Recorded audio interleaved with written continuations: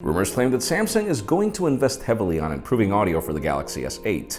Apple seems to be dealing with other types of battery issues and offering solutions, and ZTE has just delivered its more powerful Axon 7. I'm Jaime Rivera, and I'm literally tropicalizing myself back at the old studio, at least for the next few weeks. This is Pocketnow Daily.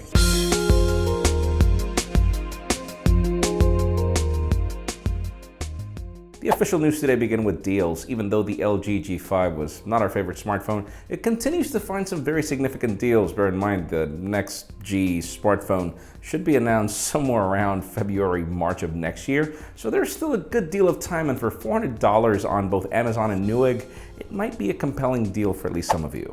And for those of you that thought that Moto was dead because the Zs weren't great phones, but interesting ideas, the company continues to prove that it really gets along with Google in things like software updates.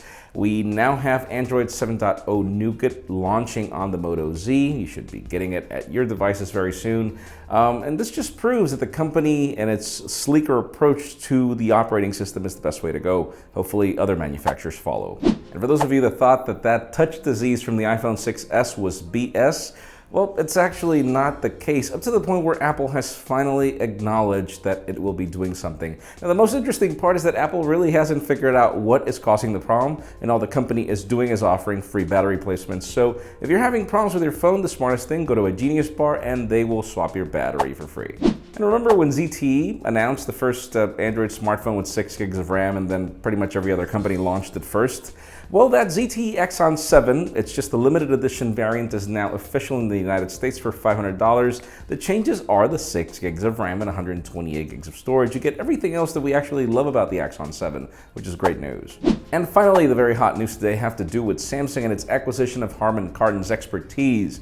Most people were speculating that Samsung wanted to get into the car and vehicle audio system technology business.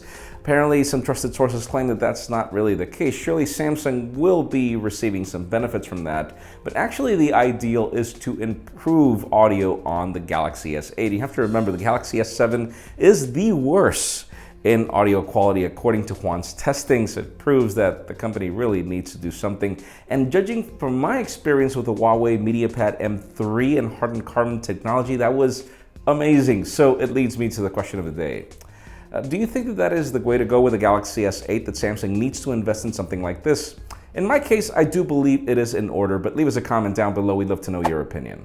Friends, you know the way it goes. If you want to get the news earlier before the video was filmed, follow us on Pocketnow.com and hit that subscribe button down below for more videos like this one. You can also follow me on Twitter, Jaime_Rivera, or on Instagram at Jaime Rivera. Please give this video a thumbs up if you like what you saw. I am Jaime Rivera. Thank you very much for watching. We'll see you tomorrow.